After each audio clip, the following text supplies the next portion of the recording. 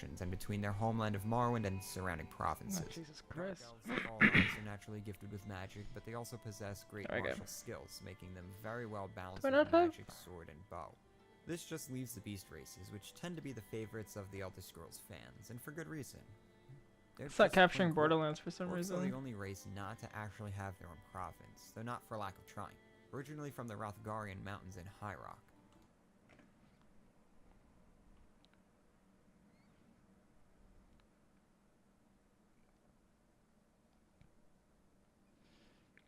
Oh, I'm fucking stupid. No, wait, it should still be working.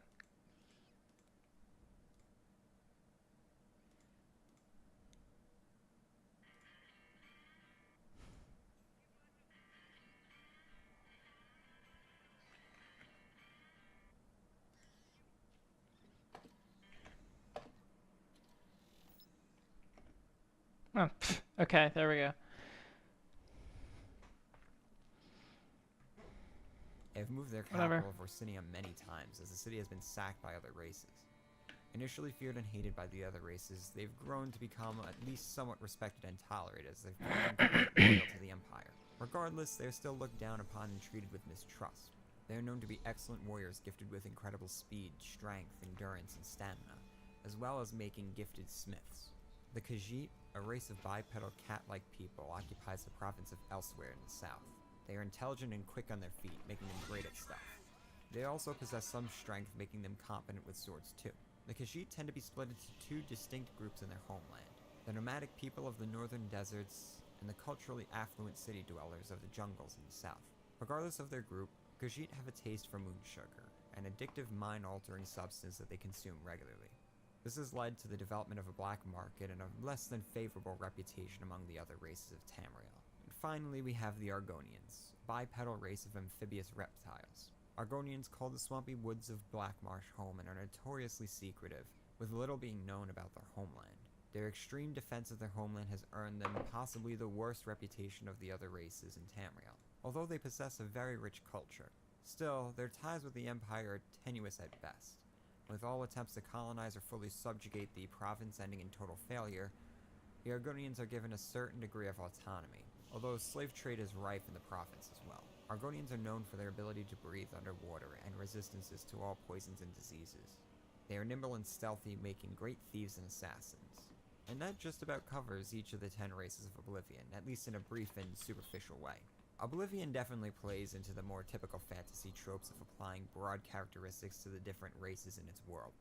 And on the surface it does seem pretty generic, but when players start digging into the lore, you can find a wealth of canon that fleshes out these characters.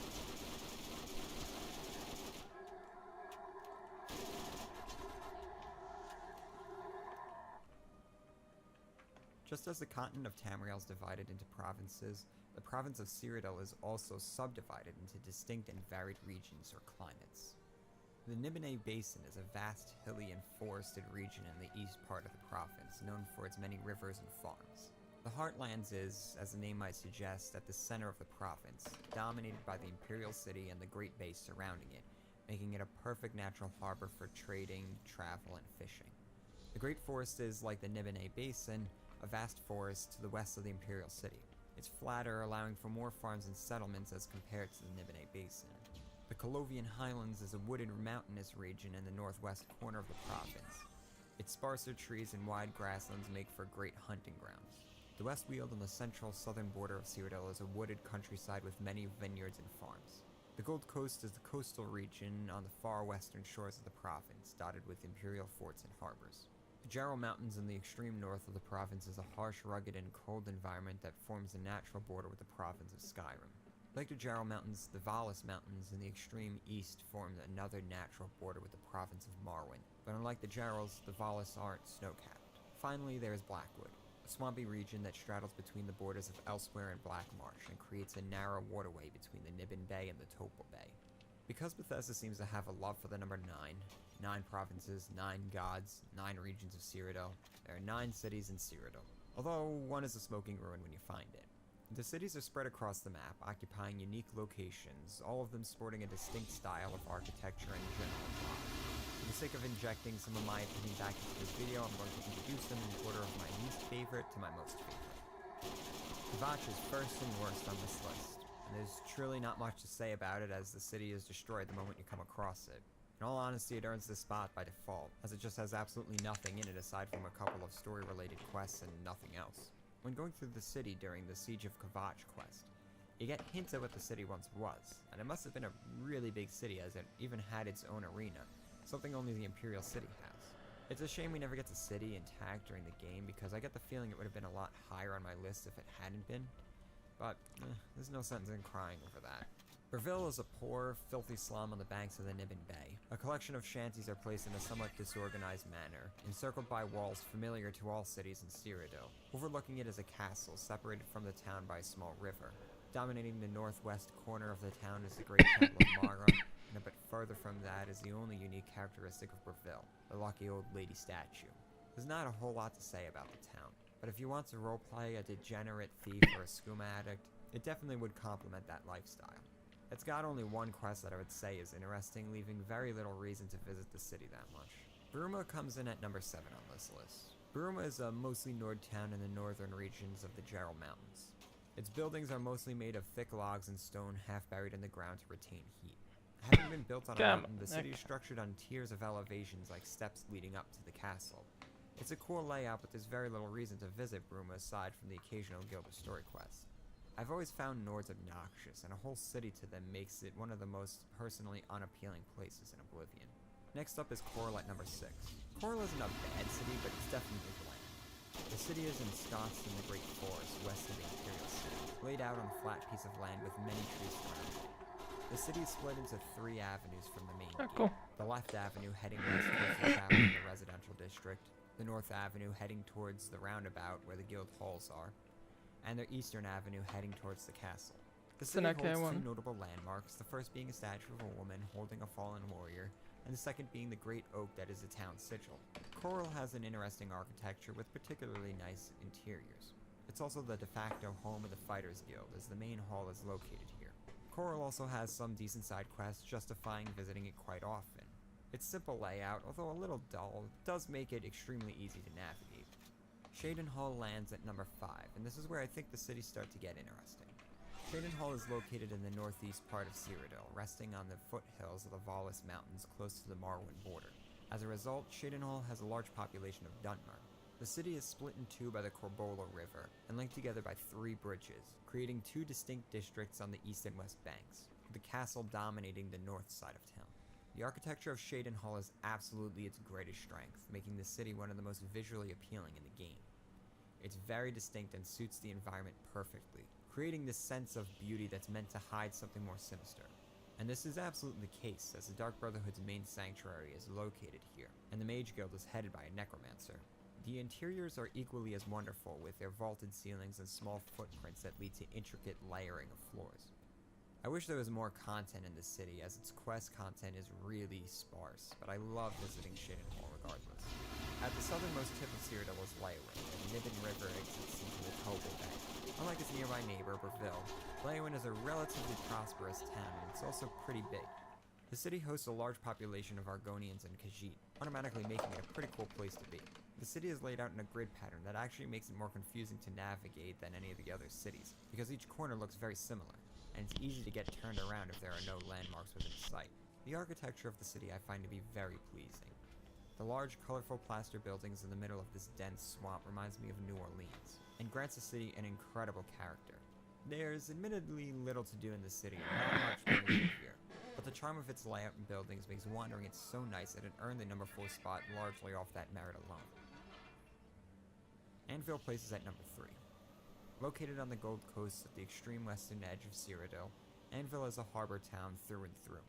It's one of the smallest cities, possibly the smallest, as it only consists of like 8 houses and 2 guild halls.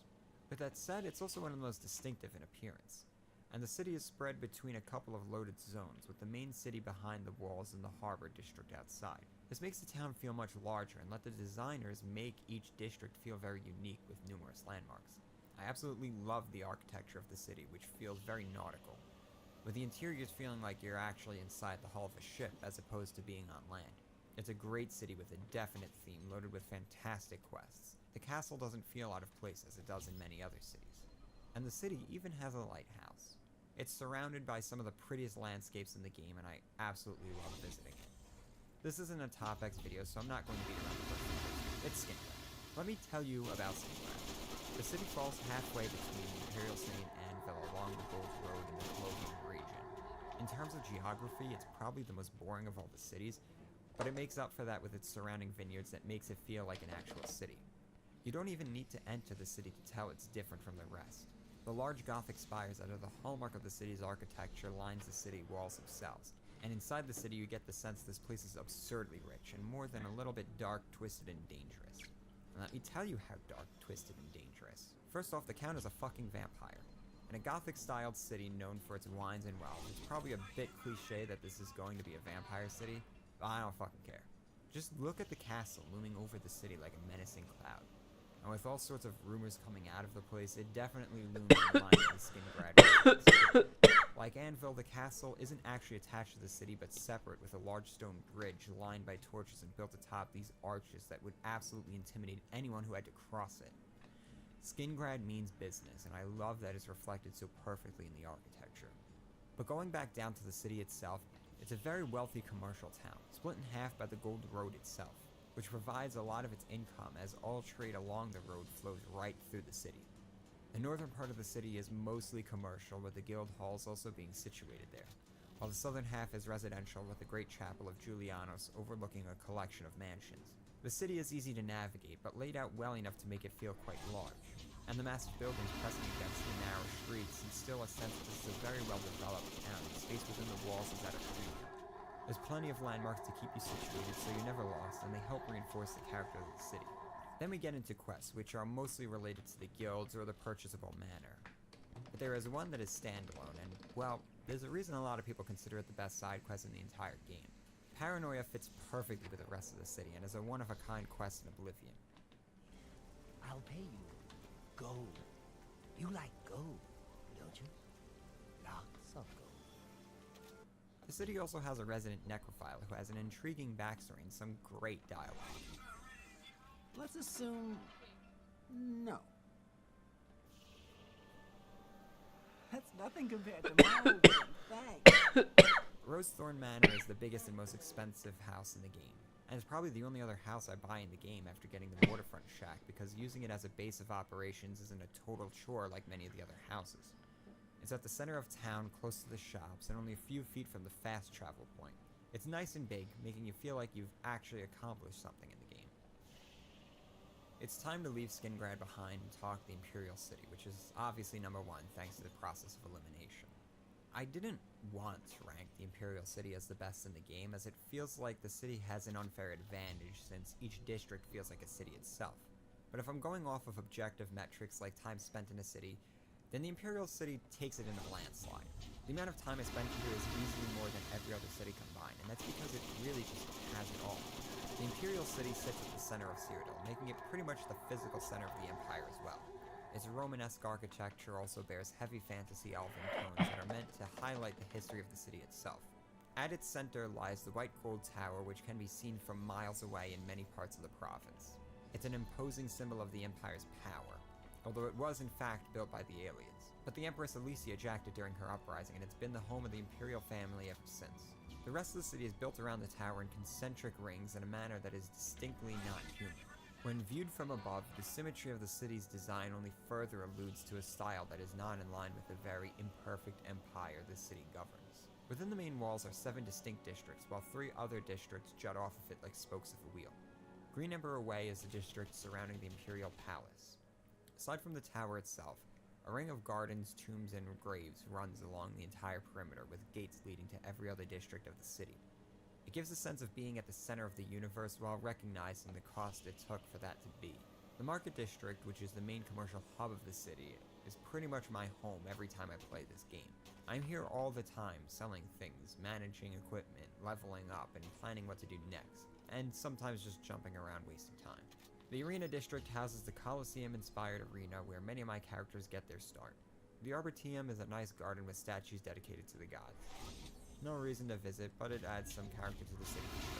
The Temple Plaza District is where the Temple of the One is located, where Emperor Light the Dragonfire is part of the coronation.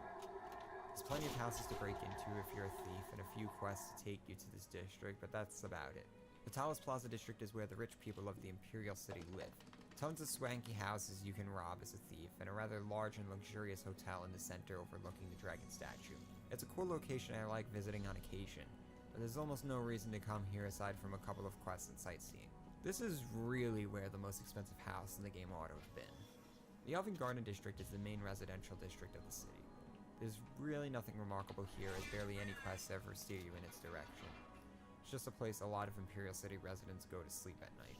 The Arcane University hosts a lot of very useful magical services, and aside from the Market District, is my second most visited place in the Imperial City. It's a beautiful location that blends seamlessly with the rest of the city's vibe, although a little muted in its magical qualities. The Imperial Prison is where you go if you're caught committing crimes in the Imperial City. It's supposed to be an inescapable fortress, but we as the player slip in and out of it more often than a lusty Argonian maid, so it can't be that impregnable. The Waterfront District is the port of the city and doubles as a slum where the city's poor live in wooden shacks on the banks of Lake Rumer. Seeing as I Excellent. prefer the convenience of having my house close to my shops, this makes the shack on the waterfront my preferred player-owned dwelling, Demon even Killer if is it's a awesome. rundown piece of shit. While technically Yes, it not a did. district Yeah, of the do city, the thing. I like to consider the Dragon Bridge and the collection of inns and houses at its end to be a part of the city. There's a couple of quests here, and it's a neat little place that makes the city feel like a part of the world Did it and once, not put just it this once. isolated patch of civilization in the middle of a lake. It keeps the city from feeling completely artificial, even though it's hard to shake that feeling entirely, given its flawless geography. There's also a massive network of sewers beneath the city that you can get lost in for hours, and I guess that could count as a district if you want an even 12 districts. And that there is a description of every notable location in the city, some of them being almost as big and detailed as the smaller cities in the game. Added together, the city is an absolute juggernaut that must have taken as much time to create as all the other cities combined. Going through all the quests and content that intersects with the city is a fool's errand because it's the main city of the game for a reason. It would be exceedingly difficult to do a playthrough where you never set foot in the city, and even if you managed to pull it off, you'd have a very incomplete experience of the game. Because of that, I gotta say it's my favorite city in the game. And probably my favorite city of any game. It's just too damn difficult to try and top the Imperial City. But there's one last piece of the city experience I gotta cover. Talked about their art styles, their design, their utility, their shops, their quests, their points of interest, but I haven't yet discussed their people. Okay, there's this thing in Oblivion called Radiant AI. For the uninformed, this is a system Bethesda developed for their NPCs. They are programmed behavior packages that tell NPCs to do things like eat, sleep, go to work, socialize, or walk halfway across the world because a certain flag isn't set correctly. Rather than having NPCs that stand in the same spot day in and day out, rain or shine, Bethesda set out to give these characters lives of their own by building this system and having as much tie into it as possible. I gotta give them credit for trying something so ambitious, and continuing to refine it with each release since Oblivion. It's a pretty cool system, but it was perhaps a little undercooked when it came time to ship Oblivion, which yielded some interesting consequences. A typical Oblivion NPC's day goes something like this. Wake up in their assigned bed in their own house, eat something they might have picked up from their cupboard, table, or from what they had in their inventory. Then it's off to work at their shop across town, which they will walk to. There, they will stand and conduct business with the player because the player is the only entity in the world capable of actually performing monetary transactions. If the player doesn't come by, then they are just going to stand there staring ahead for several hours. If the shopkeep has other shopkeeps they run the store with, then they might fill the time with discussing the goings-ons of the world. Then it's time to close up shop and head out to get something to eat from the nearby inn. There, they might strike up conversations with other NPCs, or they might chat with someone on the street as they walk home.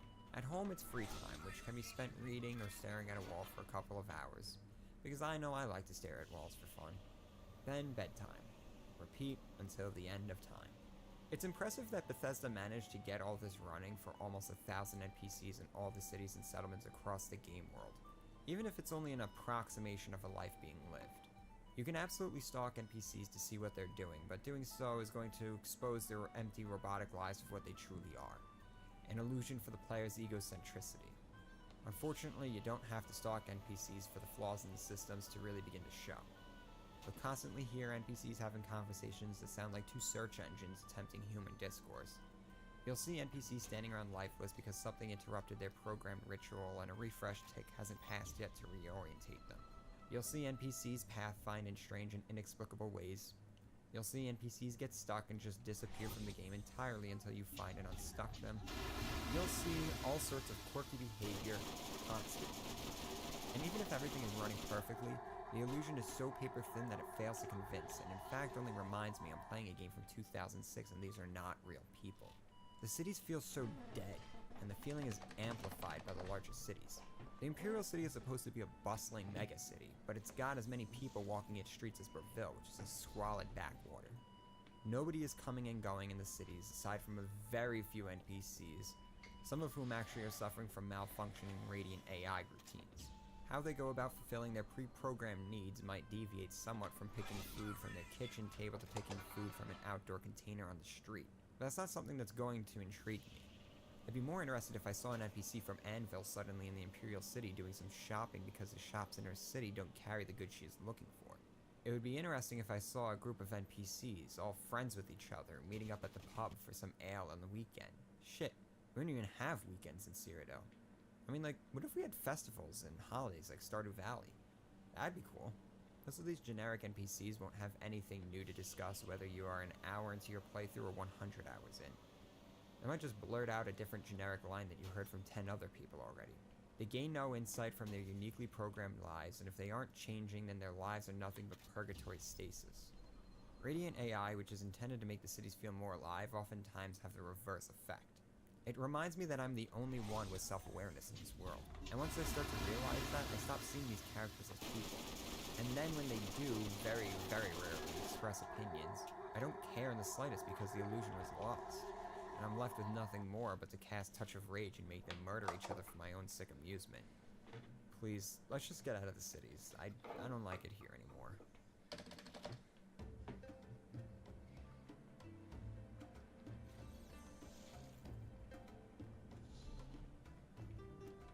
Now it's time for all these disparate pieces of Oblivion's world building I've been rambling on about for a half hour come together to create an experience. This experience is a gameplay loop built upon many layers of interconnecting systems that offers a large degree of player autonomy. It could be said that Bethesda doesn't create games, but instead creates worlds that then have gameplay mechanics layered on top of them, and then some quests and objectives sprinkled in. It's this layered series of systems that each player is dropped into and told to do what they want. This is why I think it's not inaccurate when Bethesda says that these are fantasy simulators more than role-playing games. The funny thing is that in isolation there really isn't a single component in Oblivion that is spectacular. Well, barring one exception. Let me explain. Starting with the lore and history, there's a ton of lore and backstory that you can get lost in on the wiki. In-game, the vast majority of this is crammed into little books that are scattered all over the world. Most of it is very easy to miss, and regardless, a lot of it goes unutilized. Knowing it definitely gives some greater context for the world and why it is the way it is, but Bethesda is not above just retconning things if it doesn't work for the game. For example, Cyrodiil was actually described in previous games' lore as being a lush jungle, but obviously in Oblivion it's a temperate climate. They worked some retconning to explain why it is, but it's kinda lame. If the authors of the lore aren't going to respect the lore and the rules of their own universe, why should I care about learning it in the first place? Okay, maybe that's a nihilistic perspective, and Cyrodiil not being a jungle doesn't keep me from reading up on Elder Scrolls lore, but you get my point. Unless the game is going to make good use of what is written in these books, the information contained within does a little more than act as some food for thought as I'm wading through monotonous dungeons. And don't worry, I'm gonna be getting to the dungeons soon enough. First, let's discuss the races again. The races are all very interesting, with their own unique cultures that Bethesda allows to poke through on very rare occasions. But for the vast majority of your time spent in Cyrodiil, you don't really notice the difference between the races aside from their appearance and a few lines of generic dialogue. Nords like to mention wind, Argonians speak of water a lot, and Khajiits like to talk of sand. That's really all it ends up boiling down to, and that's a damn shame. Cyrodiil is meant to be the cosmopolitan heart of the Empire, a great melting pot of cultures, religions, languages, and histories. It's meant to be a cultural and economic crossroad for a continent-spanning empire. But you just never get that sense when playing Oblivion. Melting pot countries tend to be very dynamic, very diverse, and most importantly, very contentious societies. None of these hold true for Cyrodiil. Members of different races rarely make mention of their cultures, and you aren't able to probe them for even the most basic information. And none of it is reflective in their domiciles, businesses, places of respite, and places of worship. It's just the same bland, homogeneous imperial decor that leads you to believe that even the free-spirited Khajiits have had the love of their culture pressed out of them by the mechanisms of empire. That would actually be an incredible starting point for some cultural conflict in these cities.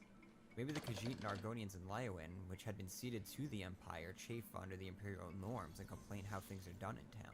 That gives you the potential to interact with the lore, learn more in an organic and more engaging way than just reading books, and have some interesting quest content that breathes more life into a world that feels oppressively static. While we're on the subject of cities, let's criticize the cities. While I appreciate the unique art styles of each city, and aside from a couple, don't really have a problem with the sizes or layouts. They just don't have much going on for them. In terms of straight gameplay, nothing beats the Imperial City, and even for the Imperial City, you won't venture beyond the Market District as it has the most wealthiest vendors by magnitudes. They are all in a perfect, easy to understand grid layout, and can be done unloading your loot from dungeons and quests, have all your gear repaired and recharged, and loaded back up with potions and empty soul gems in a matter of minutes. No other city can compete with that sort of convenience, and because of that, and the fact that there aren't many quests in the other cities, especially when you disqualify the guild quests, there are some cities you simply will never set foot in unless you make a concerted effort to do so. It is probably the worst of Bethesda's missed opportunities, because these cities have such incredible atmosphere that could naturally lend each of them to their very own unique quest chains that could all be memorable affairs. Really, the missed opportunities of these cities hurt me the most. Seeing as I'm in the complaining mood now, I guess it's time to discuss the dungeons. Oh no, not the dungeons. For better or for worse, Oblivion has over 200 different dungeons open to be explored, not counting all the camps and unlocked things to find in the overworld. Or the Oblivion Gates if you think that's content worth counting. We can't talk about exploration in the game without talking about the dungeon crawls, which, by Todd Howard's own admission, was a big focus of Oblivion. The results of which are, like anything else in this game, a mixed bag of good and not so. There's no doubt that when it came to the dungeons, Bethesda went with a quantity over quality approach, and while it didn't help make a lot of them feel unique, it did help make the world feel less empty, so I understand why they did it. The dungeons are, in fact, handcrafted, not generated like some people believe. It only feels like they were generated because the designers used pre-made dungeon pieces that would then snap together like an IKEA cabinet. They can mix and match different pieces, but ultimately there's only so many ways you can make a cave from a handful of parts. This leads to a lot of the dungeons visually blending together, leading almost none of them to feeling unique or memorable. There are mainly 4 types of dungeons: caves, mines, Imperial forts, and my personal favorite, Ayleid ruins. Technically there's 5 if you count Oblivion Gates, but they are just so bad, and are only open during a certain stretch of the main quest, so I'm just going to ignore them. Okay? Okay. Caves are incredibly dull, with the least amount of variation in their design. Very monotonous art styles, and the layouts almost always lead to getting lost and looking for a random hidden offshoot you missed 3 times, leading you to backtrack and double backtrack. Mines are caves, but with rocks you can leap for them, usually shorter but are also guilty of having even more branching paths that are incredibly easy to miss if you're going too fast or get sucked into a fight. Imperial forts is where it starts to get interesting for me. They are more visually stimulating, usually involving some traps to keep you on the lookout, and have more straightforward layouts that keep you from getting hopelessly lost. Sometimes they just come to an abrupt end, and you're forced to turn around and backtrack for 5 minutes to the exit. All in all, they aren't terrible, and I'll usually explore every inch of them and mostly enjoy my brief time in them. Coming to Ayleid ruins, which, like I said, are my favorite of the 4 types. Right off the bat, their exteriors are usually quite distinct and interesting. It's satisfying to be tromping through the forest and suddenly coming across the crumbling, stained ruins of one of these ancient cities.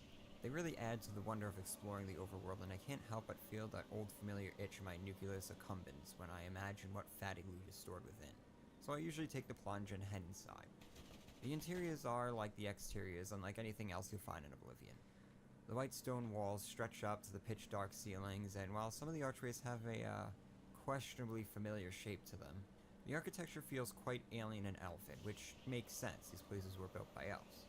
I might start thinking about how these places might have once looked centuries ago when they were used as cities for the elves, but that's more an exercise in futility because there's no way these spaces could have been utilized for sophisticated living quarters. Bethesda designed them to be combat arenas, not to represent actual cities. They feel more like enigmatic temples or something, as opposed to cities, but whatever, I guess that's just me being pedantic. The ruins are laid out in a series of interconnected chambers that twist and turn and layer on top of each other, branch off into different looted zones that can sometimes lead back to their beginning or just end abruptly, necessitating more backtracking. Their layouts can be horribly confusing, and even with the map I find myself easily getting lost in some of the bigger ones.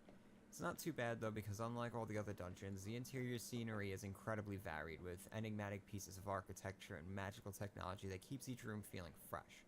Although you will see repeats of chambers the more ruins you do explore. These chambers are riddled with traps that will more often than not just scare the ever-living fuck out of you as opposed to killing you outright, because you'll be walking along and suddenly your character will break the dead silence with an ear-splitting yelp as a trap blade whooshes behind you.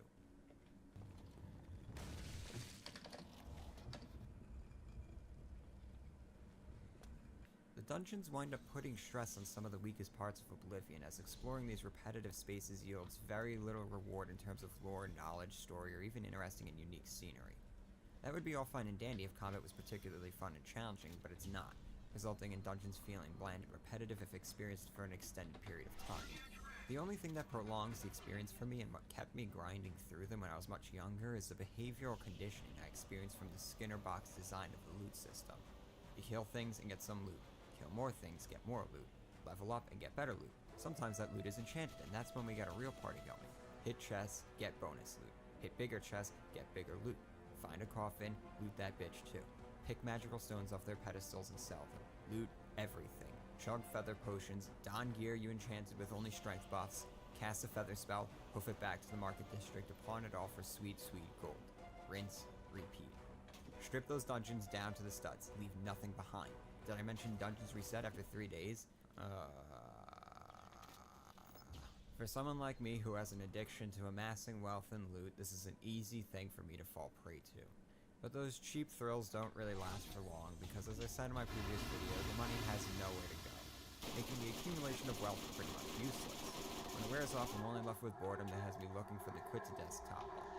And I can't shake the feeling that's like when you hang out with old friends you haven't seen in years, and after an hour you remember why you haven't talked to them in so long. You haven't changed, they haven't changed, the things you all do haven't changed, and the places you visit hasn't changed. Nothing has changed. The only thing that has Yeah, I changed is can't that you've even forgotten. see what you just That's wrote. the feeling prolonged dungeon diving fills me with in Oblivion. It's not a fun feeling. So why do I think exploration is still one of the strongest arms of Oblivion? Well, that's because this feeling starts to set in after a few hours of dungeon diving. There comes a point where the monotony sets in and the experience devolves into a grind whose fruits are worthless in the short and long term. Taken in small, concentrated doses, Congregation jumps. exploration can actually Excellent. be enjoyable. In fact, that whole philosophy can be applied to the entire game. But we'll get back to that. First, I want to talk about what part of exploration never really tires. The overworld is a term I've thrown around a few times and have yet really to define. It refers to any space that is not a city, interior, or dungeon. It's the wilderness that connects all the locations of the game space. Exploring this area is an absolute joy because it's full of unique and changing scenery. You can cross the Dragon Bridge a dozen times during different days and weather, and it feels like you're seeing something completely new each time. You'll occasionally get ganked by roaming enemies, and if you're in a hurry that can be annoying. But if you're not going anywhere in particular, it's a welcome diversion.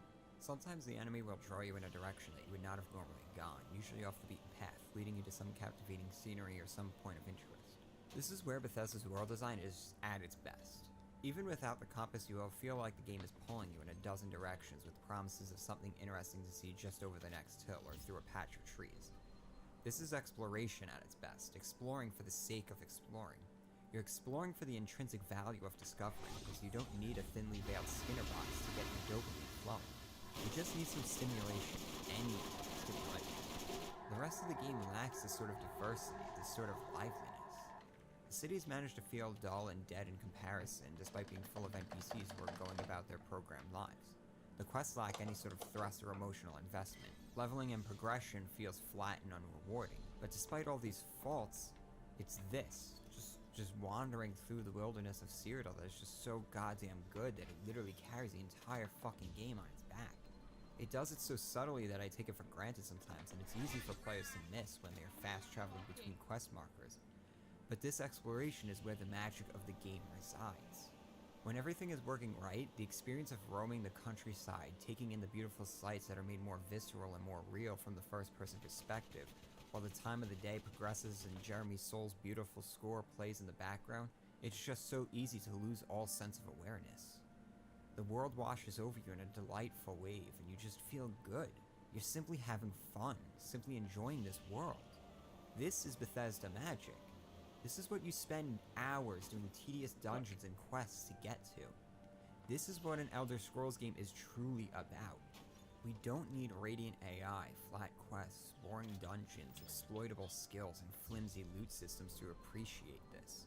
Although it would make for a better experience if these aspects of the games were improved upon.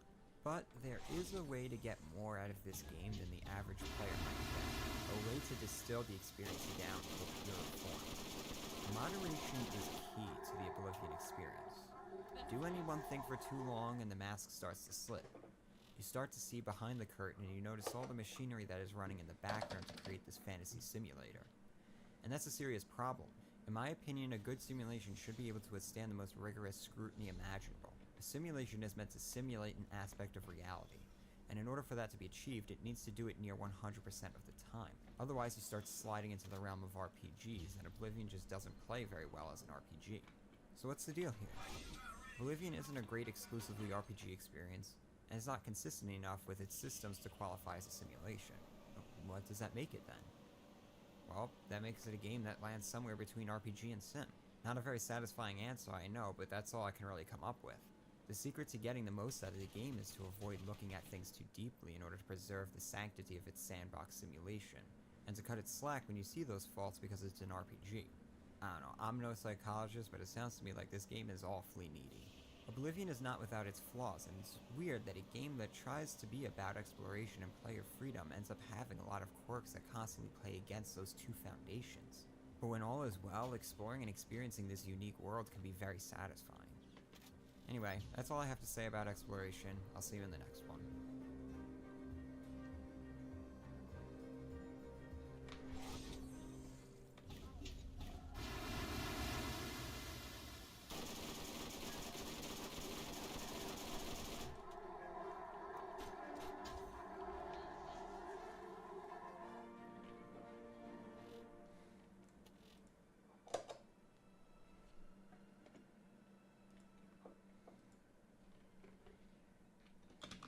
There are fans of Oblivion who swear the quest content of the game is the best part of it.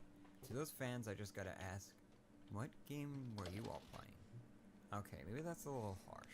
In truth, a lot of them specifically mention the Dark Brotherhood questline and the Thieves Guild questline, which are both fantastic examples of what Oblivion can really accomplish when all of its pieces are being used well. But I'd say a vast majority of the game's quests are some of the worst things it has to offer. Like, some of it is insultingly bad. This no doubt has to do with the fact that the game has over 200 quests, proving that, like with Dungeons, Bethesda was opting for a quantity over quality approach.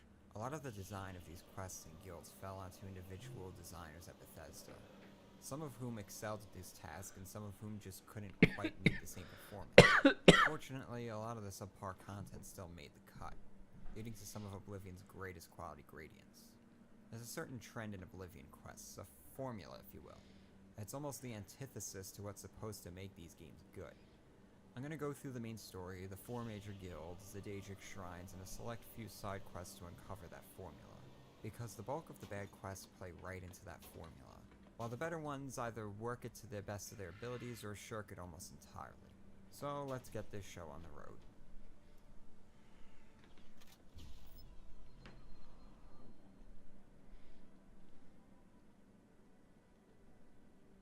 The main story questline of Oblivion is very forgettable.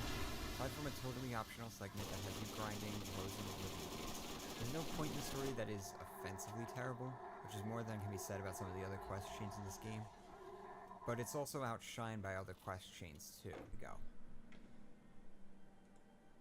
We are introduced to the story the moment we start a new game.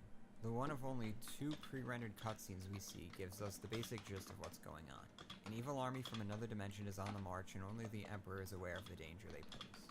We start the game in Bethesda's patented prison introduction, having finished baking our potato monster, and getting heckled by the professional prisoner from across the hall. The Emperor we'd seen in the cutscene just a few minutes earlier comes strolling down with his guards as they talk about an assassination attempt that unfortunately killed his heirs. You gotta feel for Uriel Septim. The dude knew his family was doomed to be assassinated in this way, and he was powerless to stop it because the hands of fate and all that shit. I don't know. On the one hand, Patrick Stewart's acting here does lend Uriel Septim some real life. But on the other, I'm a tough crowd to sell ideas of prophecy and fate to. If you're going to do it, you need a lot more build-up than a couple of minutes of telling, not showing exposition. But we'll put a pin in that thought and come back to it later. The secret passage to escape the city leads through the Imperial prison, and wouldn't you know it, we just happen to be occupying the cell that is supposed to be off limits because it's a secret escape route. But here we are, coming face to face with the Emperor, and he recognizes it as such and states it is the will of the gods that we meet in this fashion, which means our destiny is now tied to his fate, and we are destined for great things. Once again, let's sideline the prophecy stuff. The game just layers it on really thick in the beginning to give us a motive, I guess.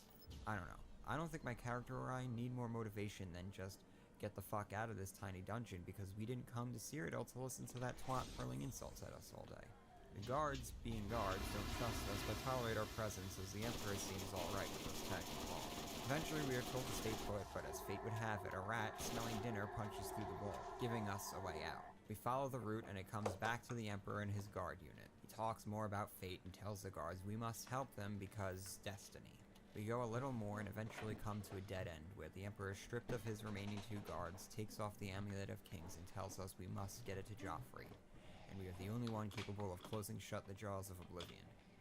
He then gets murdered because the devs decided to disable our controls, forcing us to watch the assassin come through a secret entrance and do the deed.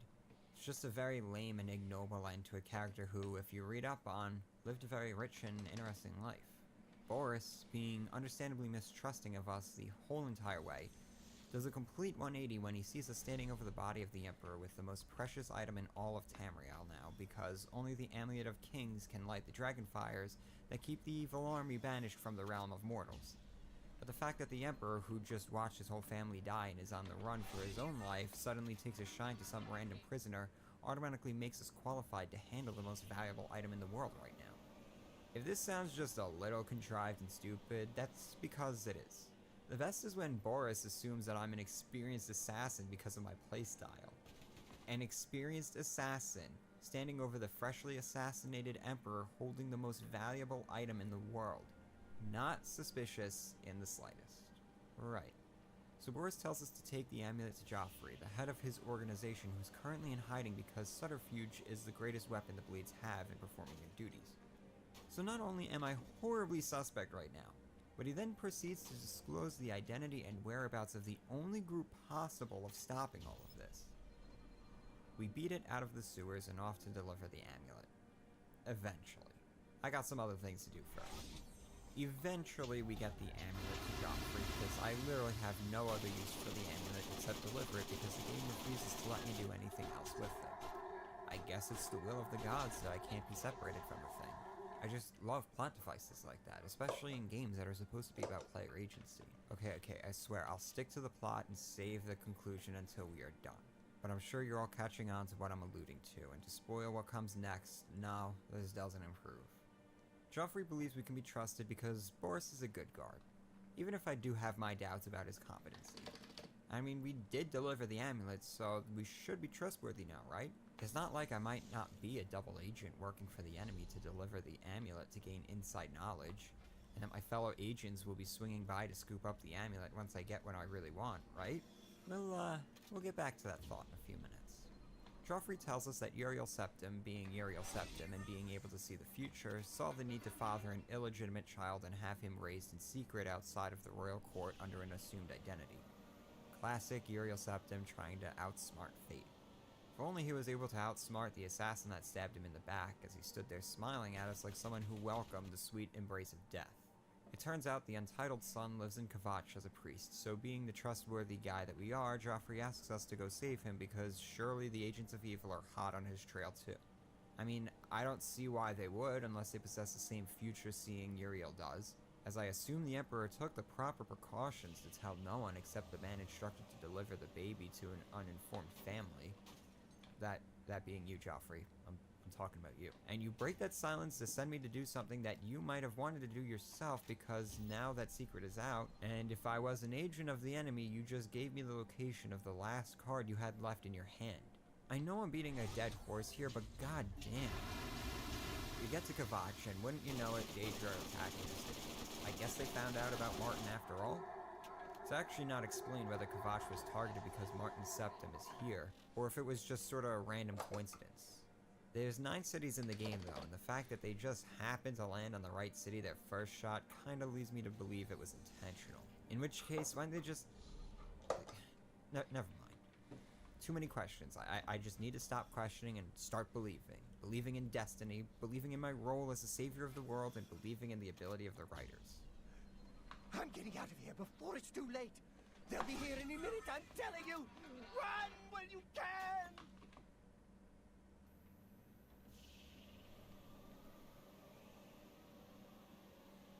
We arrive at Kvatch to find we were a little late to the party. Most of the Daedra and the siege engine are gone, but one gate still remains to torment those who survived. In order to get Martin out of the city, we first have to deal with the gate and clear the way to the chapel. This means going into the gate because, as the guard captain puts it, I don't know how to close this gate, but it must be possible, because the enemy closed the ones they opened during the initial attack. there's really no reason to think this, seeing as we know nothing about the gate, but at least he's honest that he believes he's throwing a life away because of it. With no other choice given to us, we jump through the gate and enter the Plains of Oblivion. I've mentioned the gates a few times now, so I guess it's high time to explain why these gates are probably my least favorite places in the game. While the atmosphere is pretty cool, and ignoring the tedium they seem like to be now, they do a great job of instilling a feeling of dread appropriate for the realm of the god of chaos and destruction. But the motif definitely gets tiring after you visit a few of them and realize they are all identical. Time doesn't change, weather doesn't change, the scenery doesn't change, just the layouts. And the layouts are nothing short of some of the worst designs in the game. They are incredibly confusing and frustrating to navigate due to a lack of recognizable landmarks. Really, the navigation of these gates is the main source of frustration players will feel when going through them. You'll sometimes be forced to hunt down doors to maze-like cavern networks to progress to the next section of the level, and those entrances can blend in with the landscape and be easy to miss. To make it all worse, there's usually arbitrary roadblocks like locked gates that require you to take a secondary route to find a mechanism to open them, artificially extending your stay in these dull locations and making navigating them even more confusing. All the while, you are fighting some of the most boring, damage-spongy enemies in the game over and over again. Oblivion gates are the very soul of monotonous tedium. The first gate would have been a lackluster novelty if you only had to do it the one time, but the fact you'll be finding yourself in this realm a dozen times if you do the optional main quests, you'll end up harboring a particular loathing for them. So with that massive rant out of the way, let's just skip to the end where we remove the sigil stone anchoring the gate, which is the only way to leave a gate upon entering one. We're sent back to Kvatch where the captain is surprised we survived. I'm glad he believed in our abilities. Seeing as we managed to do what nobody else was able to thus far, he asks for our help getting into the city to free the civilians trapped in the chapel. Seeing as that's where Martin is, we agree and help finish off the Daedra in this part of the city. We finally get to Martin, who is at first insistent we never let him leave, but quickly capitulates because we helped drive off the Daedra, so we must be a good guy. Now, that's actual logic there. He's not agreeing to join us because we inexplicably showed up with the Amulet of Kings from the recently killed Emperor, something equally as daft. He thinks we are a hero because we demonstrated an actual act of heroism. We head back to Wayne and Priory to find it's under attack by the same robed people as the ones who killed the Emperor back in the sewers. I'd make a stink out of the enemy appearing to be omniscient, but seeing how blockheaded the Blades have been up to this point, I really should be surprised they hadn't been attacked sooner, like at the same times they were murdering the Emperor. My point being, it's not surprising in the slightest they knew that the amulet was here, and Joffrey at least has the wherewithal to realize that's what they were after. And surprise, surprise, it's gone, but at least we got the heir, so there's still some hope. Joffrey makes probably the first good decision he has this entire story and suggests we all retreat to Clogrove Temple where a handful of men could defend against an army. I'm not sure if we could defend against an army of demons who can spawn a fire-spewing, city-devouring siege engine with portals they seem to be able to open up wherever and whenever they wish. But it's better than playing monk in an indefensible city. It's best we don't tempt fate and risk losing the heir a second time. At Cloudroller Temple, they officially recognize Martin as Emperor, and we're inducted as a member of the Blades because our competency outshines a lot of the other members right now, and times are kinda tough. We're sent back to the Imperial City to investigate our enigmatic enemy that seems to know so much about us, meanwhile we know nothing about them. We meet back up with Boris, who is still trying to keep a low profile, but that's clearly not working as he has to fight off an assassin and then try and play it off as though I just caught him while he was on the shitter or something. We find a book confirming that this is the work of a Daedra cult, and Boris has us to talk to an expert of the Daedra cult at the Arcane University who tells us, yep, we got ourselves a cult. Not only that, this is a particularly fanatic cult following the teachings of Mankar Cameron, who has written a bunch of books talking about the wonder and power of his patron god, Lord Dagon.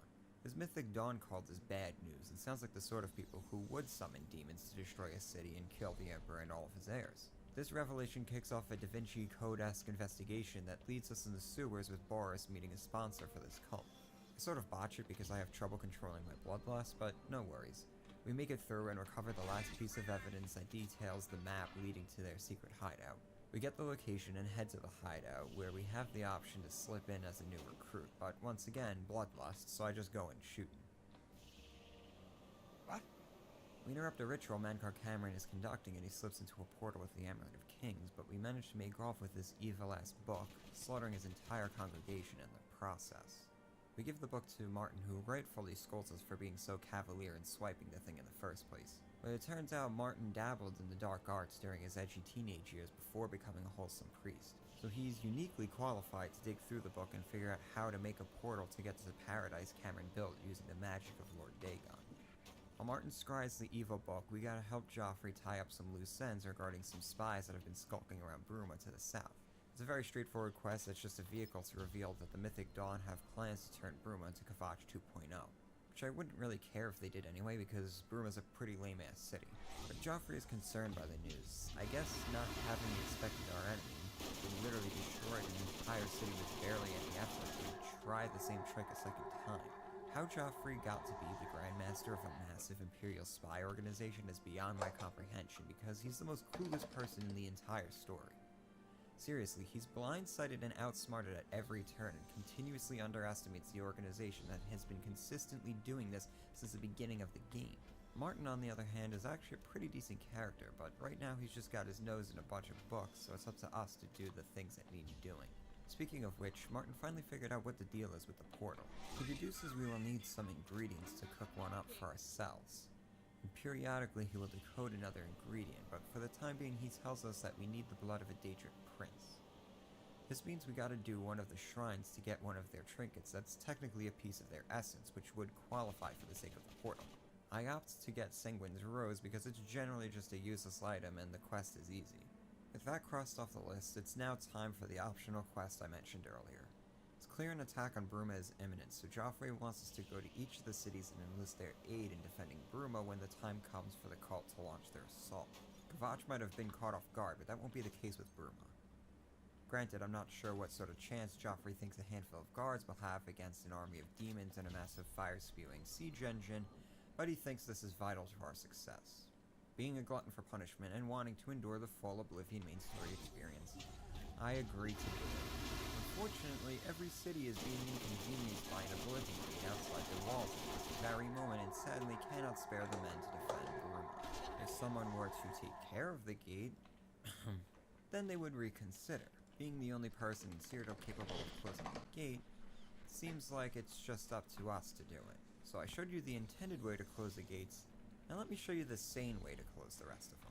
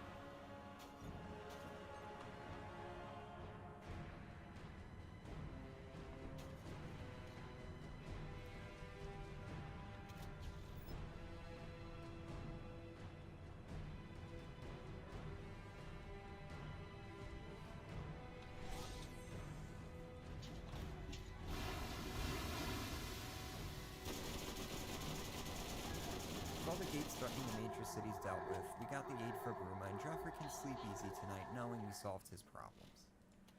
I don't really know what's preventing them from just opening more gates outside the cities, but let's not give them any more reasons to send us back into those gates, please. The next stretch of the main story is really just lackluster fetch quests and mostly uninspired dungeons as we grab the remaining ingredients needed for the portal to paradise.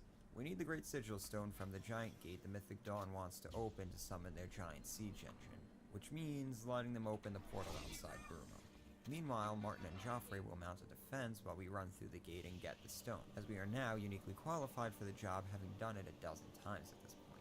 Relatively speaking, this part of the questline becomes kinda, sorta, almost fun. In fact, from this point on, the main quest manages to get just a little bit interesting. Not a lot, mind you. Let's not get ahead of ourselves here. But now that the obligatory dungeon crawling is out of the way, it's not too bad. We get a little in-game cutscene where we meet the Countess of Bruma and Martin in his Imperial Dragon armor looking all Emperor-like. And then we get a short walk to the battlefield where all of Bruma's 6 citizens come out and cheer on the Emperor. All jokes about Bethesda's inability to have many NPCs on screen at once aside, it's kind of a cool moment. It makes you feel like you're actually a part of something finally. Like all you were doing is finally accounted for something. That your actions have some sort of impact on the world. It's sort of mind-numbing that we've been on a quest that deals with the fate of the entire world, and not until now did any of it feel like it's tied to an actual world. It all felt like it was happening in a vacuum. Even in Cloud Ruler Temple, nobody really responded to anything we were doing. Everything just felt so static. And while that feeling is going to return before too long, it's nice to have this moment where we get some recognition from the bigger game world that we exist and what we are doing matters to people. So we go down to where the gates are set to open because we now have that power somehow, and Martin gives a little speech.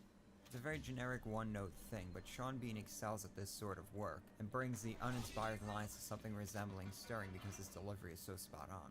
His voice work alone highlights this bit of character development for Martin, which might make him feel like the only character in the entire game with actual development.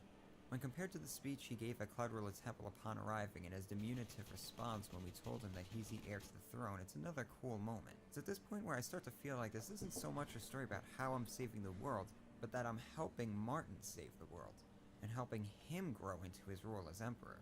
I'm going to come back to that point later, so try and hold on to that impression.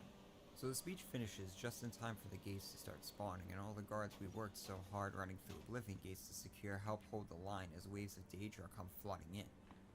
There's really no risk of losing this fight with all these guards here. I think Martin is non-essential for this fight, so he can get killed and it would result in a GG game over. But with all these NPCs, the heat is kept off Marty as we wait for the big gate to open. Once it's up, in we go. We're given a very generous time to run through this abbreviated Oblivion. It's a cool moment seeing that entry we saw in the opening cutscene now in real time. It's still an Oblivion gate though, so the whole thing still kinda sucks, but it's mercifully short and straightforward, so at least there's that. We snatch the giant sigil stone and we are transported back to the battlefield where the siege engine collapses on the ground dead somehow, even though it wasn't even close to the exit. I guess they wanted to capture that feeling of, wow, that was close. Except we are like a mile from the Bruma City walls, so that thing would have had to crawl a painfully long way up frozen cliffs to make it to the city.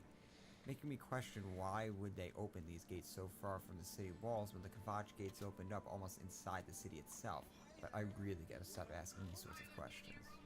Joffrey died for me during the battle, and I almost feel something resembling sadness. And maybe I would have reloaded to try and keep him from dying if he was more than a one-note character. But he's not, so I didn't. Boris managed to survive, which is kinda nice because despite him having some questionable judgment, I grew fond of him during our time playing detectives, trying to get into the Mythic Dawn. This is pretty much the last time any of the Blades characters will play any sort of role in the story, so we might as well say our goodbyes now. Back at Cloud Ruler Temple, Martin opens up the gate to Paradise now that we've got all the ingredients for our own portal, and away we go. Paradise is one of my favorite locations in Oblivion. It would have been great if we could have visited it, or something like it at will, because it's different enough to feel fresh, but familiar enough not to be out of place in Oblivion. As Mankar Cameron describes it, it's how Tamriel was during the Age of the Elves. A picture of the past and his planned future. So I guess he's a regressive boomer who thinks the old days were the better days and the only way forward is back. I don't know, who cares? He's such an underdeveloped antagonist I truly cannot fathom any of his motivations. He starts talking in our head now as we stroll through his paradise, spouting nonsense that would have been much better to have gotten earlier in the game so we could have had time to unpack and process everything he's talking about. But the game just heaps all of it onto us as we are distracted by the pretty landscape and trying to figure out where to go. It's one of the worst treatments for an antagonist I've ever experienced. I'm sure a lot of what he's saying is just reworded stuff from his books, but the last place I want to get an antagonist perspective is through lengthy walls of written text. A great antagonist has charisma and personality, and they sway you with their gifts of speechcraft. You know what they're saying is lies and whatever else, but you start to doubt your own convictions because they are speaking with absolute certainty and authority, lending it a sense of credibility. None of that works if it's written in essay format. You can absolutely convey those things if it's written dialogue. I'm not saying you can't have compelling antagonists in written words and need a voice actor like Terrence Stamp to sell it, but reading a wall of monologue text isn't going to do the trick. Basically, show me the charisma and genius of the antagonist, don't narrate it to me. And by the time we hit Paradise, it's way too late. We come across a Daedra who actually speaks to us rather than kills us, and this is probably more interesting and noteworthy than the guy we are coming to kill. He expresses his people respect us for slaying so many during the Siege of Kvatch, and he'd be honored to fight us or bargain with us into servitude. This guy, whose name I won't even pretend to try and pronounce, gives us some very cool insight into the race that we've been slaughtering the entire story. Once again, would it be great to have gotten these without me say during the Siege of Kvatch, but it's at least more subtly done here as opposed to the info dump from Cameron. It's just enough to get us to start thinking about the culture of the Dremora, who clearly place a huge importance on honor and dignity, and you get the sense that they are a very intelligent and sophisticated species. We'll never get answers to those questions in this game, but it's a fun mind tease. Appreciating the food for thought this Daedra has given me, I agree to do the favor for him in exchange for helping me escape from the first stage of Paradise. It's a very simple, go here and activate this object, but it's funny hearing these people complain when I do it. Once again, it's reinforcing the ideas of Dremora honor, and I kinda dig it for a 2-minute diversion. It makes me sad thinking about the potential for there to have been more of this if they had just devoted the time earlier in the story to do it. But it is what it is. We go into the Forbidden Grotto, which is this giant maze of torture fetish devices for immortals who didn't appreciate the gift Lord Dagon bequeathed them. So they get to be tortured for all eternity instead. This section of the game bugged out for me hard, so the whole sequence just fell apart as the scripts weren't triggered correctly. But the gist is we meet one of the torturers who regrets what he's done and this hell he now is subjected to and wants to help us end it. So we go around LARPing as another victim of his until we manage to sneak out of the cave. But like I said, it was all bugged for me, so I just had to run through, and I think he got bodied by some Daedra early on, and that was that. Saved me some time, so I'm not too pissed. We then run into the guy who was supposed to be our sponsor to get into the Mythic Dawn when we were in the sewers with Boris, and no, I didn't remember him, that's just what the wiki says, because who the fuck would you remember this guy? He's all like, behold the power of my father, and I don't know, maybe Mankar Cameron truly is his father since they got the same last name? Okay, who cares? He escorts us into the big empty palace, and my game hasn't stopped bugging out yet because suddenly everyone has a heart attack at the same time, and I guess I won because the whole world is collapsing. Don't worry, even if this hadn't happened, this fight is a joke and is over in only a few seconds. So we snatch all the goodies off their bodies, making sure to get the Amulet of Kings because, oh right, that was the whole point of all of this, and we are back in Cloud Ruler Temple. Very convenient. Martin is dressed in his imperial robes and puts on the amulet because, boy, would it have been embarrassing if we got this far and realized he can't wear the amulet because he's not the true heir. But it does, and he says he believed us since we first told him back in Kvatch and that we're best buddies now, and this is how we know he's gonna die because we have an actual emotional attachment to him, and Bethesda isn't trying this hard to make us like the character if they aren't going to try and reap the ultimate payoff for that attachment. But that's getting ahead of ourselves. We gotta get to the Imperial City and light the fires. But first, I got a few errands to run. Maybe my new best friend won't mind joining me. Back at the Imperial Palace, the Elder Council recognizes Martin as the rightful ruler and agrees to his coronation. But wait! Lord Dagon is attacking the Imperial City directly because he had that power the whole time, and why the fuck didn't he just do this in the beginning? Why the whole drawn-out plot with Mankar Cameron and the Mythic Dawn and shit? I know the Dragonfires were a thing that needed taking care of. But surely once they were out, he could have just warped into the Imperial City and just got to destroying everything before anyone even knew the Emperor was dead. Why did he wait until I killed his biggest pawn and dismantled his cult? Why attack two cities, the siege engine, neither one posing a real threat? Why didn't he attack Coral with the siege engine instead? Why did he even need those Oblivion Gates? A handful of cultists managed to make off with the amulet anyway. Why didn't he warp into Cloud Ruler Temple and wipe out literally the only group trying to stop him and kill the last remaining septum? Why? Why?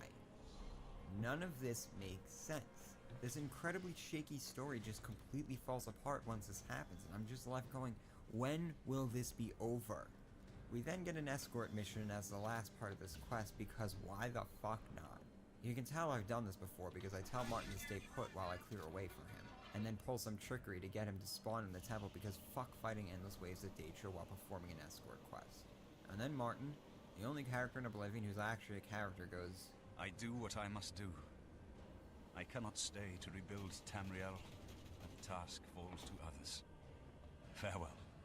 You've been a good friend in the short time that I've known you. But now I must go. The dragon waits. and then turns himself into a dragon because, like I said, they haven't been building this character up for nothing. No, he needs to die now to elicit some sort of emotional response out of us that isn't boredom or mild frustration. Too bad I still don't care about Martin that much, and really, all I care about at this point is just having this thing over.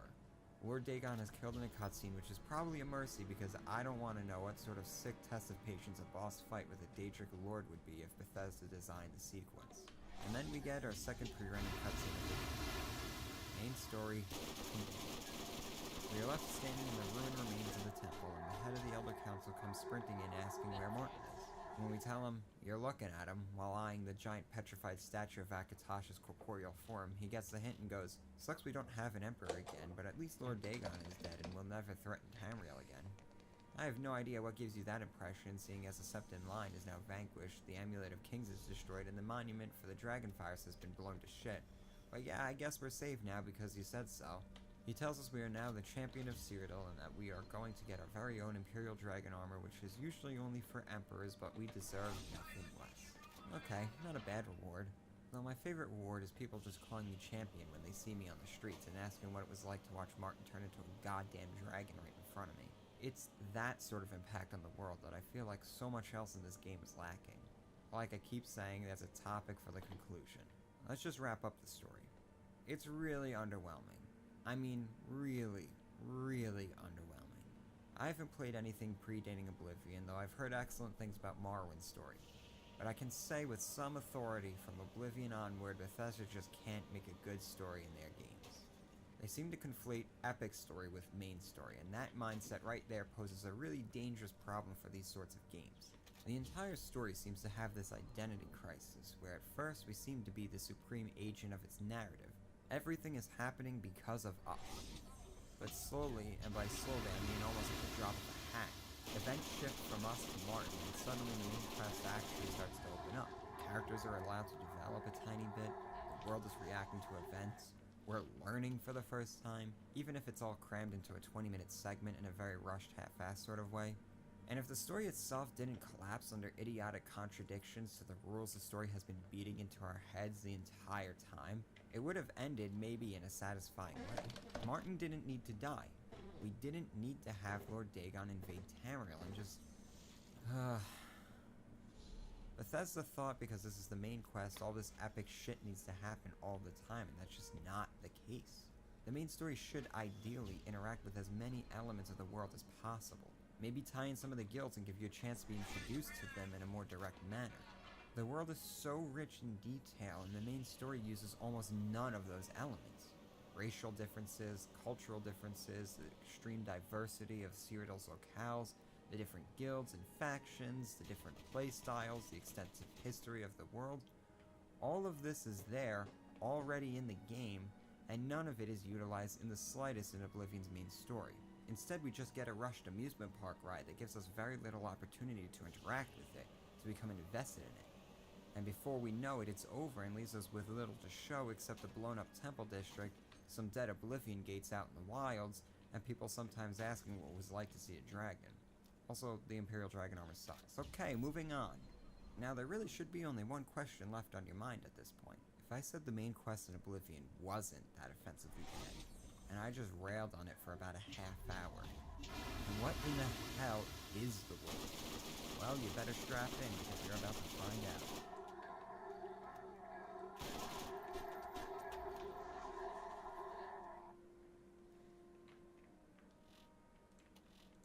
I'm not going to subject everyone to as meticulous of a look at the Mages Guild as I had the main quest, partly because a lot of the complaints I had about the story there are the same but amplified here. Also because a lot of the quests are just padded filler dungeon crawls. I had a lot of complaints about the main quest line, but too long ain't among them. The Mages Guild, on the other hand, has barely enough story content to create one engaging quest. That weakness is then stretched to cover an entire 2 to 3 hour long quest chain. It's absolutely brutal. The worst part is that if you're a mage or you want to enchant items or you don't have the Wizard Tower DLC, going through some of the Mages Guild is mandatory. No other questline I feel is mandatory for a style of play, even the guild's geared towards certain styles. The Mages Guild is the only one, and with it being probably the worst experience of the entire game, it creates a very unfortunate arrangement. But just because I won't be going through each quest of the guild doesn't mean this is going to be a quick ordeal. Oh no, not even close. First, let's take a step back for a moment just to discuss the Mages Guild as a whole. The guild is split into two distinct segments, the Guild Halls and the Arcane University. The Guild Halls are local chapters of the Mages Guild found in each major city. They are meant to provide magical services to the community and make sure everyone is following the guild's best practices and policies. So no sordid magics like necromancy or enslaving people's minds or sacrificing people to dangerous cults or whatnot pop up. The Arcane University is the hub of the magic bureaucracy, and it's like the cool kids club for mages. Everyone wants to get in, but it's sort of an exclusive deal, or it's meant to be anyway. To get in, a prospective student, I guess you would call them, would need to collect a recommendation from every guild hall in Cyrodiil, which I could see why it would be a barrier to entry for anyone that isn't a vagabond adventurer such as ourselves. The university is meant to offer more opportunities for a mage to get better at magic, perform legitimate research, and become a career mage. Honestly, I really like the Mages Guild as a guild itself. Out of all of them, the Mages Guild has the most logical and obvious structure to it. There's ranks that kinda mean something some of the time, there's some leadership roles, experts of particular fields and subjects, and the split between local halls and university feels like a meaningful distinction in theme and in practice. Out of all the guilds, the guild halls here provide some great services to the player that can't be found elsewhere, or maybe just not as conveniently, mostly in the form of spell and alchemy vendors and skill trainers. The university itself provides more than a few useful benefits for a magic player. I don't really begrudge the game for having the recommendation system requiring the player to join to gain access to these things. Actually, I think Oblivion would have benefited more from stuff like this, but I think it would have been better if we only needed, say, 3 recommendations. Am I really to believe all the people here traveled all over Cyrodiil doing tasks for these guilds while successfully avoiding death, disease, injury, and poverty? I gotta doubt that situation. But it is what it is. It's fine if the quests we gotta do are at least a little fun and rewards more than just a recommendation, but of course, this isn't the case. So let's look at these recommendation quests. There are 7 guild halls in total we'll need recommendations from throughout Cyrodiil, one in each major city aside from Kvatch, of course. Each guild hall specializes in a school of magic, with Bruma just being an oddball school. This distinction is useful if you're looking for a particular spell, say Destruction. Your best bet might be then to hit up the hall in Skingrad before anywhere else, because you'll probably find it there. But that distinction really has no influence on the actual recommendation quests themselves. Some of them might introduce you to some of the concepts of their school. For example, the Shaden Hall recommendation quest has you diving into a well to retrieve a ring, and it might behoove you to have a spell for water breathing and another spell for easing burden, both of which fall under Alteration, which is the school's specialty. While going back to the Skingrad example, you're given a level Destruction Fireball spell and told to clear out a cave of baddies, which is at least tangential to the ethos of the school. The Breville School of Illusion will deal with a lot of talking to people and give you some scrolls of charm spells, which is okay I guess, but the illusion skill has way more in it, and going around trying to find some girls as mage's staff because of some stupid middle school crush is not what comes to mind when I think of the potential for illusion. But then you got the School of Restoration and Anvil's quest that just has you hunting down a rogue mage, and by hunting down I of course mean you're acting as bait, because that's what this guild does with its initiative. Leyland's quest tasks you with tracking down this amulet that keeps the voices in the guild hall leader's head from making her crazy and incapable of functioning. I guess this could be stretched to making you think about mysticism, as that school is tied loosely with the concepts of reality and sanity, but I mean, that's a stretch. Turns out an underling was mad she had a condition that makes her need the amulet to function, so he jacks it and we gotta find another. What a dick. The Choral School of Conjuration, I don't even know what that connection is. We gotta make sure this lady doesn't get a certain book because it contains all sorts of power, and we are just meant to accept purely at face value the testimony of the hall leader. Okay, it's a guild, there's a command structure, so I guess I can buy into it. The game gives you the option to give her the book anyways, but you gotta get it back before completing the quest, so it's not actually a choice for you to make. And still, what does a book have to do with summoning creatures to fight for me? Maybe it's meant to represent the moral dilemma the guild faces because conjuration is a little close to necromancy and there's some grayness here and there's people attracted to the magic for the power it offers? I don't fucking know. I'm just trying to come up with something because otherwise it feels like we're doing shit because we're told to.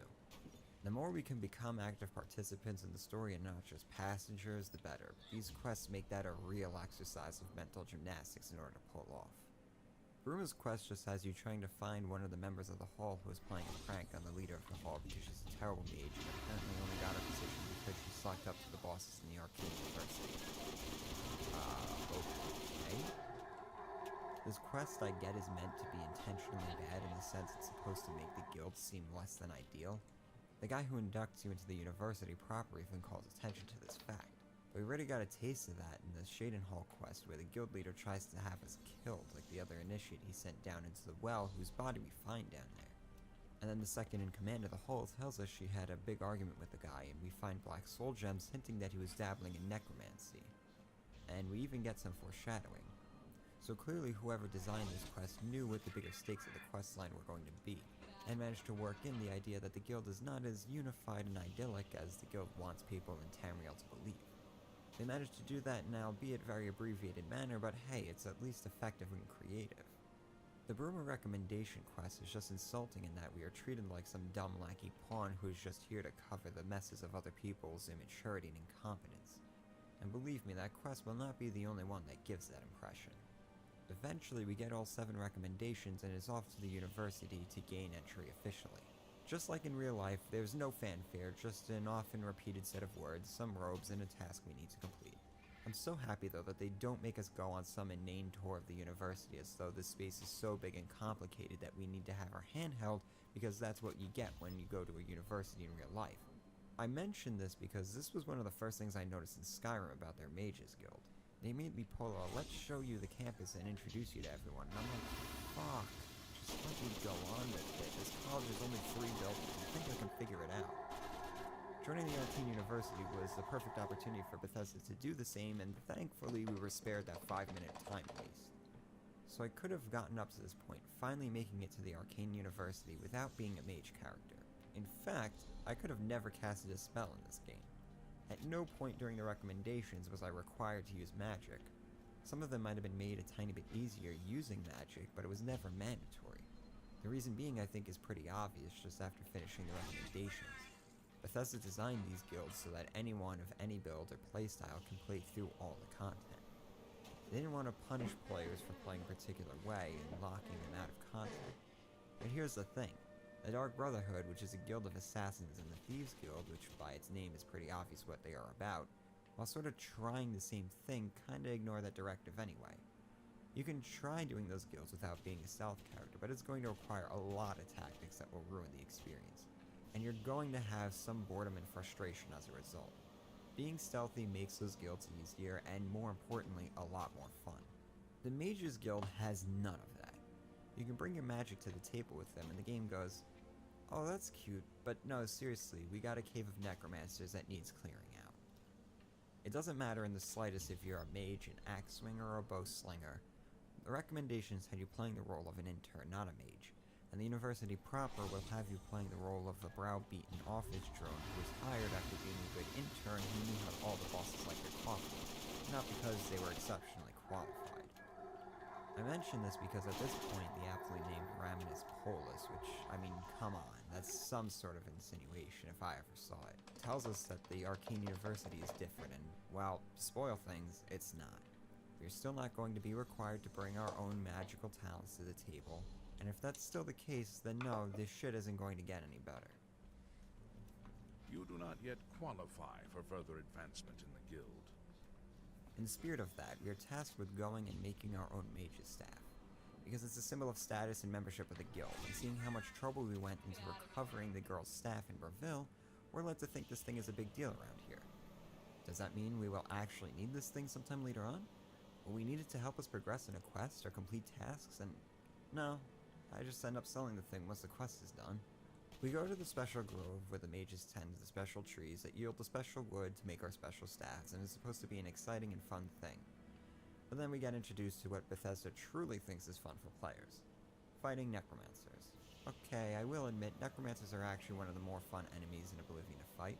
They got a pretty diverse pool of spells they can use, doubly so if they spawn with a staff, and they will drop some menacing summons from time to time. I also like that I can sneak kill them with my bow so damn effectively, and they aren't immune to any damage types or poisons, so we can fight them any way we so choose, which is more exciting than generic creatures who just charge at you, and Daedra who do the same.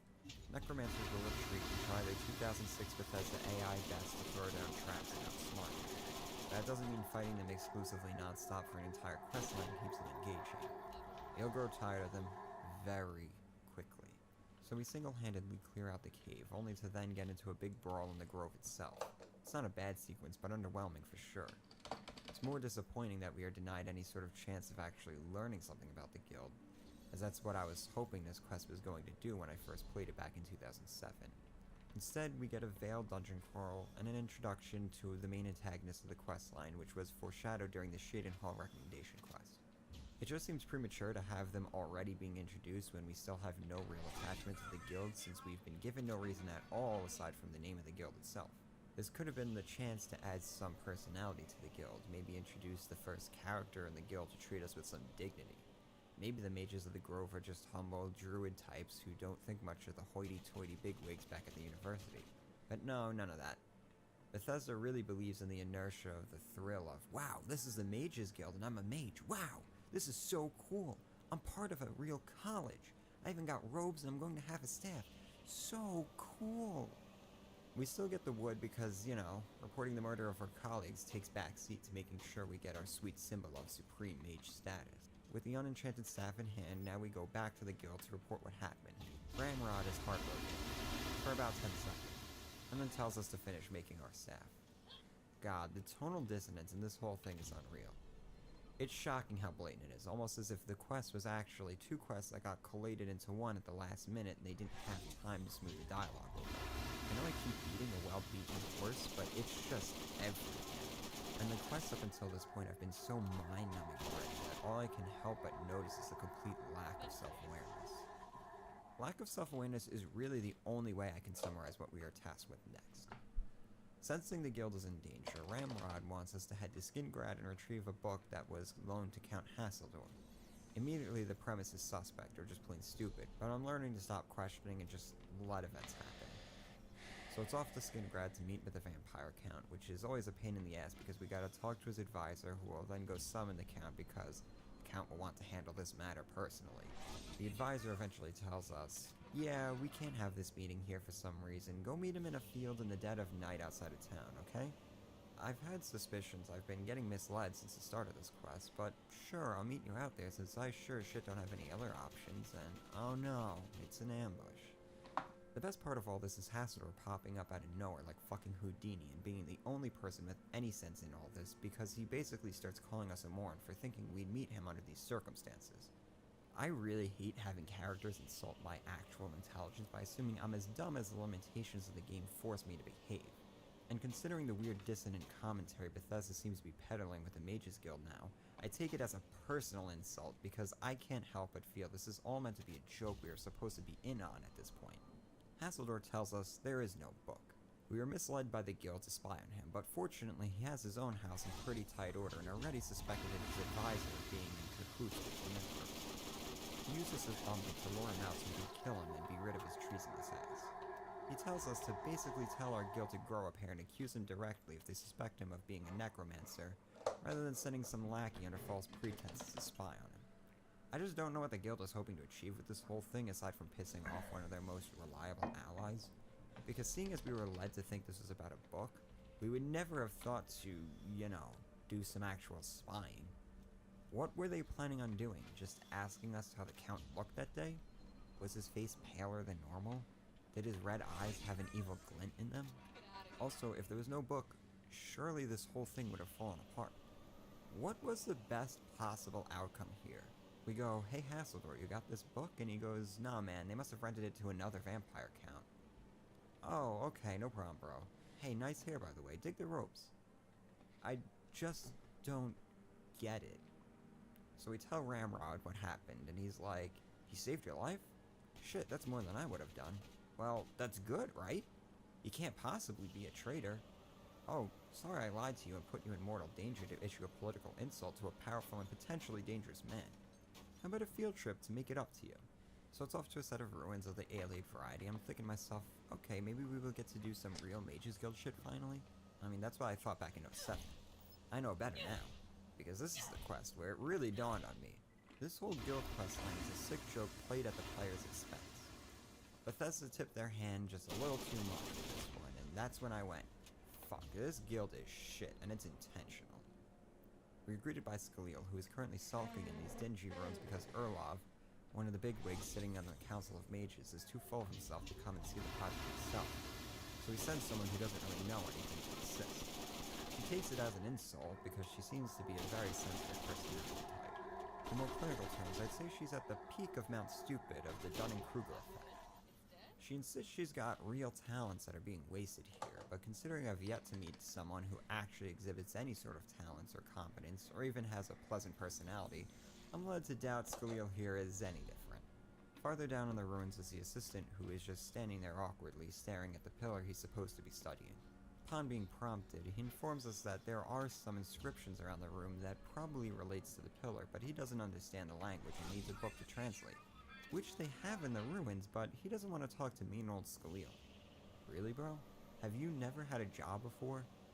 So, already fed up with the sheer absurdity that these two numbskulls have been put in charge of an expedition, particularly an expedition in which several mages have already been hurt trying to figure out the pillar, I approach Skaliel.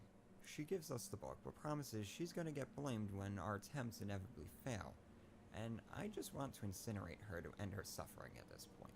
Back at the pillar, we solve the puzzle all in about 20 seconds because not only did they have the manual to solve the puzzle, they also had all the spells in a convenient chest right here.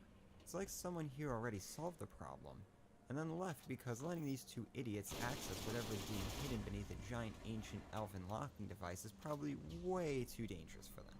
I wouldn't even trust them with a pestle and mortar after what I've seen from them.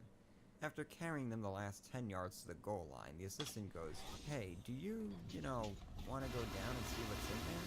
I mean, I wouldn't want to steal your thunder and all that. If there's great discoveries to be made, you should be the one to make them. For that, my eyes just narrow and I think to myself, and if there aren't any discoveries to be made, and it's just a dungeon filled with powerful and deadly ancient monsters that scare even the aliens, who did deals on the regular with Daedra, mind you. So they sealed it up for centuries. If that's the case, pray tell, will you be behind me to back me up? You know what, on second thought, I don't need you casting spells into my back and alerting the entire dungeon to our presence, so just stay here and guard the entrance. And it's an undead-infested dungeon. Who'da thunk? We clear it out and find an elven helmet we can equip, and then bring it back to Skaliel, who just goes, wow, that looks important. You should bring it back to the college because I have no idea what it could possibly be. Thank you, I appreciate the assistance. We bring it back to Erlof, who is just as clueless as Skaliel, and I'm not even surprised anymore. He boots us back to Ramrod, who sends us on a mission to figure out what the deal is with Black Soul Gems. So you mean to tell me you guys have known about these things for all this time? Like, the lady in the Shadenhall Guild seemed to have a good idea what they are and what they are tied to. And nobody has thought to investigate it until I became available. I'm not even surprised anymore. We go to the Mystic Archives, where the woman who took 2 days to figure out the big brain scratcher of a mystery back during the main quest that the first bolded letter of each paragraph in Mankar Cameron's commentary spelt out a secret passage is hard at work being overwhelmed. She immediately bites our head off